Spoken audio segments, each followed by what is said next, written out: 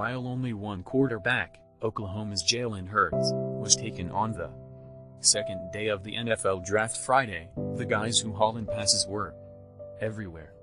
Starting with the top 2 selections on day 2, Clemson's T. Higgins to Cincinnati and Southern California's Michael Pittman to Indianapolis. 7 wideouts were drafted in the second round. Add that to the 6 who went in the opening session, and it set an NFL record through 2 rounds. 3 more receivers were selected in the third round. Were teams running out of prospects? It doesn't matter who your quarterback is, you want him to have as many weapons as possible, Bengals coach Zach Taylor said.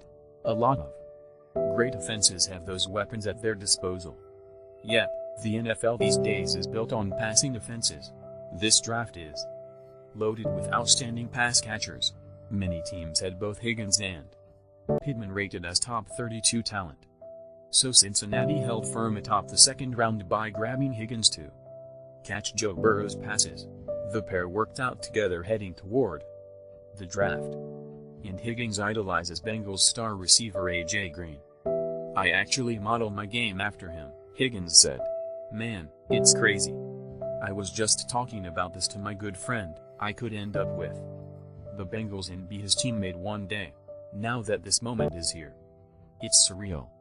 In addition to finding what they hope will be their franchise quarterback in LSU's Burrow with the first overall pick, the Bengals, 2-14 last season, added a threat who can make the spectacular reception. Pittman takes his 6'4", 224-pound frame to Indianapolis. The Colts had no first-rounder, and they quickly gave new quarterback Philip Rivers a target in Pittman, whose father also played in the NFL. "I think they brought me in to make an impact right now, and they have." Philip Rivers, who I think is a Hall of Famer, Pittman said. "I'm happy I get to start with like a Hall of Fame quarterback." Hurts wound up in Philadelphia, which has an established QB in Carson Wentz. But the Eagles envision using Hurts, who was at Alabama before being beaten out as starter by Tua Tagovailoa. "We're always going to be about the QB position," Eagles draft boss Howie Roseman said. "It's the most important position in sports. We think Jalen is an incredible teammate. We believe Carson will lead us to our next championship. We are quarterback developers. So is the SEC, which, truthfully, develops every type of player." Through 106 selections, 40 came from that conference, far more than the previous high. Indeed, 40 for a conference through 4 rounds was the previous record. National champion LSU had 10, tying the 2016 Ohio State record through 3 rounds, while perennial power Alabama added 9. 2 positions barely or not addressed at all in the first round got some attention directly after Higgins and Pittman were selected. Georgia's DeAndre Swift became the second running back chosen by Detroit. LSU's Clyde Edwards-Helaire was the only Airbay who went in the opening round, last to Super Bowl champions Kansas City. Swift is a dynamic playmaker unlike anyone the Lions have had in the backfield in years, maybe since Hall of Famer Barry Sanders, who retired in 1998. 4 more running backs went in the round.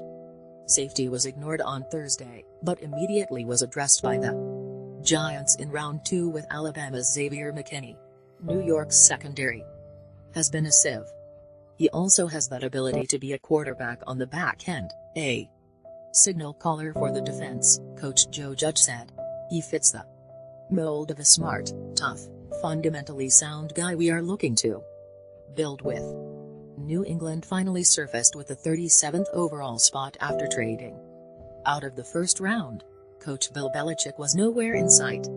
His dog appeared to be manning his laptop, as the Patriots chose Kyle Duggar, a safety from Division II Lone. Duggar not only was the first player not in FBS to be selected, but only the second from a non-Power 5 conference. Utah State quarterback Jordan Love, who went 26th overall to Green Bay, was the other. After a record 15 of the 32 players in the first round came from the Southeastern Conference, another 10 SEC players came off the board in round 2. And that's not including Hurts, who transferred to the Big 12 for his final season.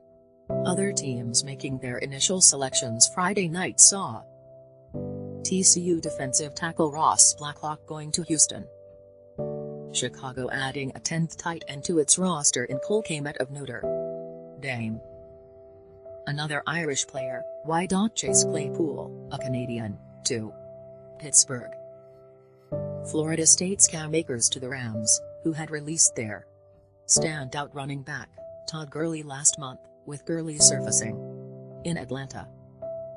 Buffalo adding to an already solid defense with Iowa and A.J.